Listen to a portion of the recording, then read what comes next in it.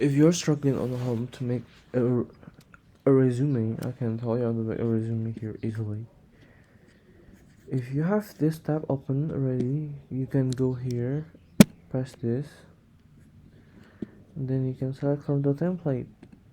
Let's say you want to make a resume. There's a lot of resume here. You can make a resume with the Swiss, Serif, Coral, Spearmint, or Modern Writer template. All of them are okay. You can choose from any of them. Say I want to choose Swiss, and then you just have to put your infos right in, like so. You can just put your infos right in. You don't need to be special with your resume. You don't want to waste time making your resume. You can just do this instead. Point is that you share.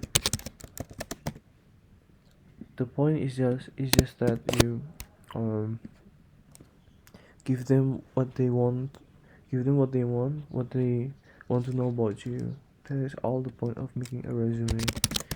You don't need to get all fancy of like making a really cool or exclusive resume or something like that. You don't need to. You have to do this, fill up your skills, experience, education, and awards, and that is how you're able to create a resume.